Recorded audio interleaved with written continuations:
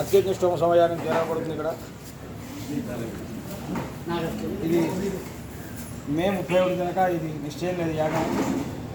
ఇంకో అప్రయత్నంగా జూన్ 1వ తారీఖున స్వామివారి అభిషేకం చేస్తున్నాక అత్యజ్ఞష్టోమం చేయాలని సంకల్పం జరిగింది.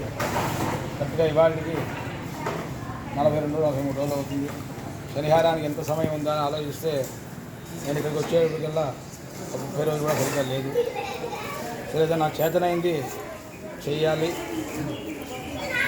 అంతా నన్ను కోరి వచ్చిన వాళ్ళే తప్ప ద్రవ్యాన్ని కోరి వచ్చిన వాళ్ళు కూడా లేరు దీంట్లో. ఇప్పుడు ఇంత హఠాత్తుగా ఈ సోమయాగం ఎందుకు చేయవలసి వచ్చిందంటే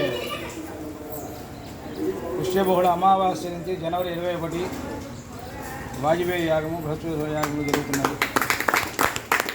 దాని పూర్వంగా ఈ యాగం చేయడం అనేది ఇప్పుడు కొంచెం అసాధ్యమైన విషయం.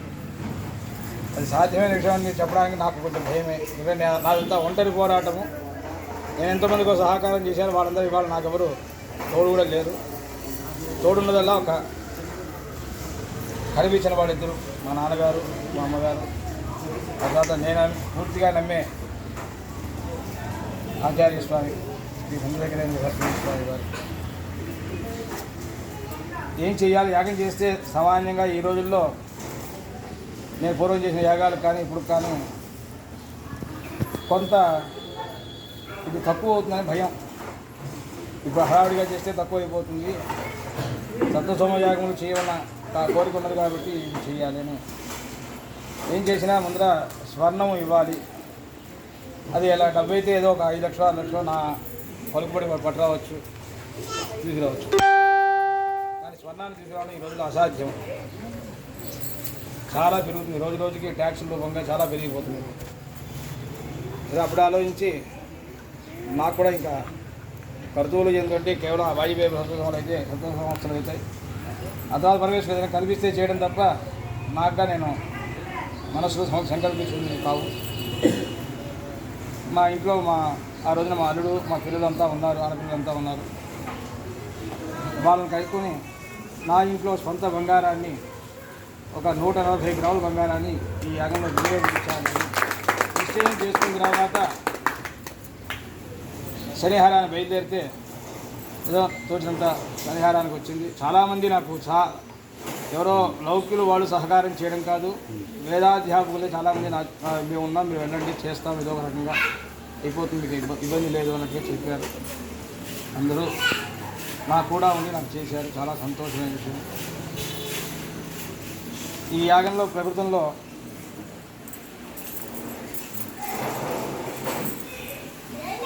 ₹12,000 దక్షిణ, అర్చన దక్షిణా భాగంగా 4 లక్షల రూపాయలు, యథాన్యాయ దక్షిణగా ₹1,12,000 దక్షిణ, మొత్తం కలిపి ₹5,12,000 కేవలం అర్చకులు మటుకు సర్దే దక్షిణ మాత్రమే.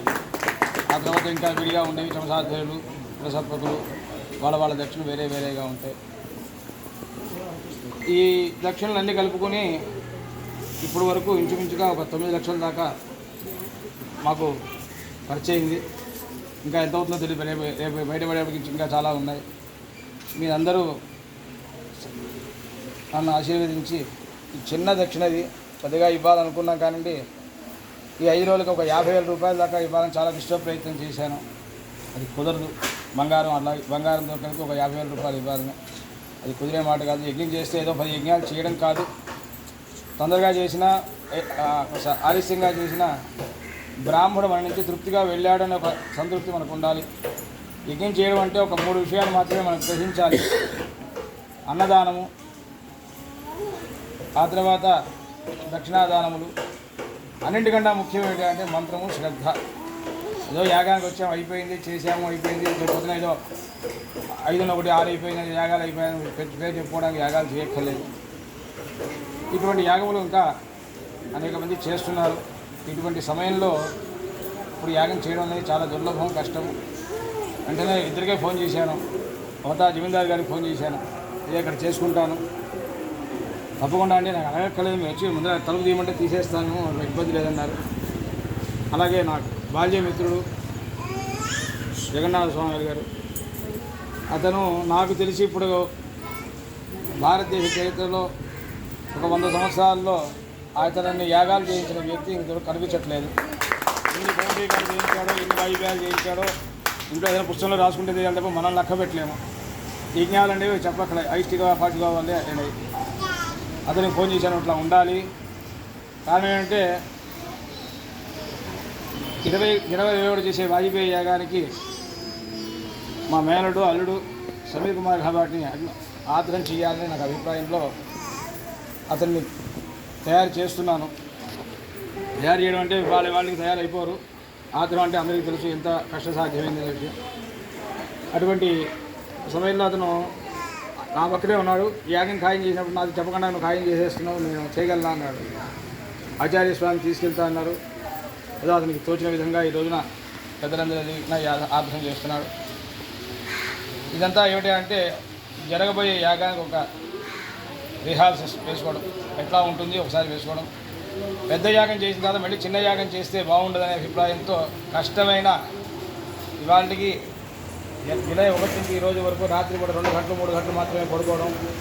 దీనికి కావాల్సిన ఏర్పాటు ఎట్లా చేసుకోవాలి ఏంటి అని డబ్బులు ఊరికే రావట్లేదు. చాలామంది దగ్గర చాలా ప్రయత్నాలు చేస్తే కానీ రావట్లేదు. అందరికీ ఏదో రకంగా వాళ్ళకి వీళ్ళకి ఇదమ్మా దీనివల్ల ఈ పుణ్యం వస్తుంది, ఈ పుణ్యం వస్తుంది చెప్పి రావాల్సిన సమయం వచ్చింది. ఇప్పుడు ఇదివరకు చెప్పంగానే యజ్ఞయాగాలు అంటే దక్షిణలు వెళ్ళిపోయేవాళ్ళం. ఇప్పుడు చాలామంది చేయడం వల్ల ఇది తొందరగా రావట్లేదు. సరే అది అన్న విషయం. తర్వాత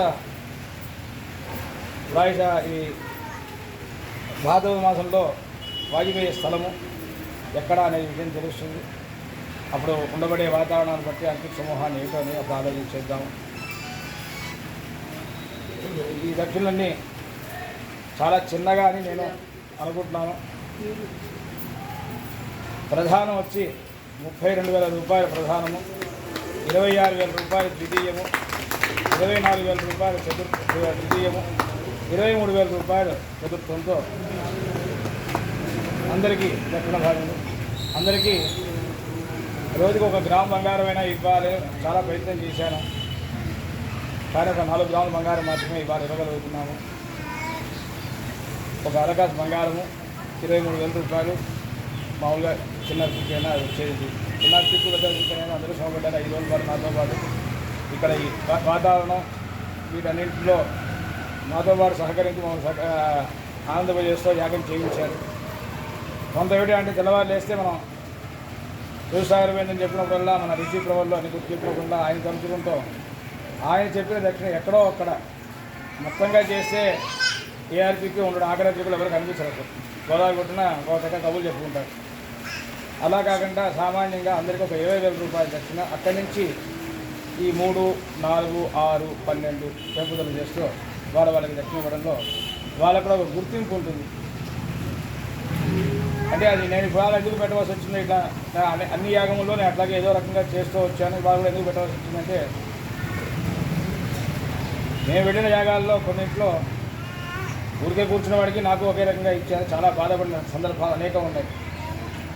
ఇటువంటి బాధ మళ్ళీ ఇంకోటి ఎవరు పడకూడదు. ఇటువంటిదైనా నన్ను చూసైనా కొంతమంది అయినా మారి కొద్దిగా వాళ్ళకి ఏదో ఇచ్చాము, కొద్ది గౌరవం జరిగింది అని ఒక ఇది జరగాలని. ఆ తర్వాత ఇవాళ గురు పూర్ణిమ. ఈ సందర్భంగా నేను నా మిత్రులు అందరూ కలిపి బ్రహ్మశ్రీ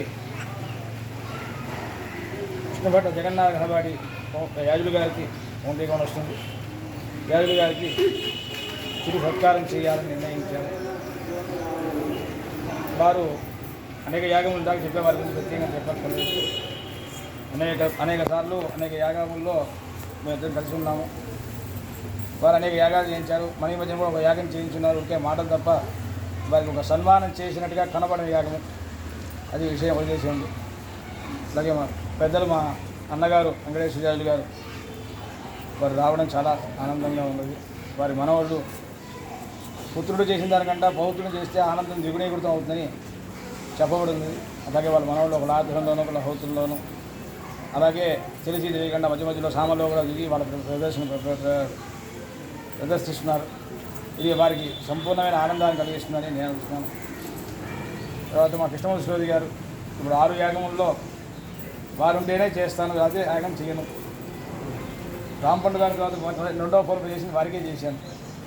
వస్తున్నాను అంటే వస్తున్నాను అంతే, ఇంకా వేరే మాట లేదు. ఆయన మధ్యలో చాలా ప్రతిబంధకాలు వచ్చినాయి, అయినా కూడా మీతో మాట ఇచ్చాను, వస్తున్నాను ఆయన చెప్పారు. ఆ తర్వాత బ్రహ్మగారు సీతారామయ్య వైద్యరాజు గారు ఆయన చెప్పడం ఏంటి, వేరే మాట ఏం లేదు. అసలు నన్ను అత్యకిష్టమని చేయమని మొదట్లో ప్రోత్సహించారు, కానీ అప్పుడు ఆ సమయంలో నాకు కొంత మనస్సు ధైర్యం చాలక నేను మరి ఆయన ఏం తపస్సు చేశాడు నా మనసులో మళ్ళీ అది దూరి అత్యకిష్టమని చేయించింది. దీనికి కొంత కారకులు వారు కూడా ఉంటారు.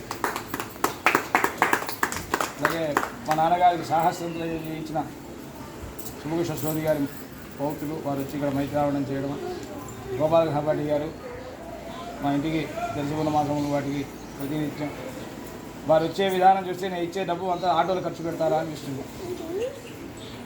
అక్కడ కేవలం ఇష్టికి రావాలని ఒక తాత్పర్యం తప్ప ఆయనకి వేరే కదా ఇదేం లేదు. యజ్ఞమణి గారు, నారాయణ స్వామి గారు మన కాశీ నుంచి చాలా శ్రమపడి 2-3 రోజులు ప్రయాణం చేసి వచ్చారు. ఎవరికి పెద్దగా ఇస్తున్నామని ఏం చెప్పట్లేదు, వాళ్ళ శ్రమకి ఏం చేస్తున్నామని చెప్పలేదు. అలాగే చెప్పంగానే మా హరిరాజు గారు వారి బృందాలను తీసుకొచ్చి చాలా ఆనందంగా ఉంది. పొద్దున్న నుంచి చెమసాధ్యులు ఇట్లా వేదాధ్యతలు రావడం చాలా అరుదు. ఇలా మీరు అందరికీ సహకరిస్తూ యజ్ఞమణి చెమసాధ్యులు అంటే ఏదో చిన్నది అనుకోకుండా అందరికీ సహకరిస్తూ మీరు చేస్తే మీ చేతితో దేవుడికి సోమావతులు ఇస్తే అది ఇంకా విశేష ఫలప్రదంగా ఉంటుంది. పతంజలి కూడా అట్లాగే పాసు అందరూ వచ్చారు. అందరికీ సవినయంగా నమస్కారం చేసుకుంటూ ఎక్కించేది మేము ఇచ్చింది స్వీకరించి మమ్మల్ని ఆశ్రయించారు.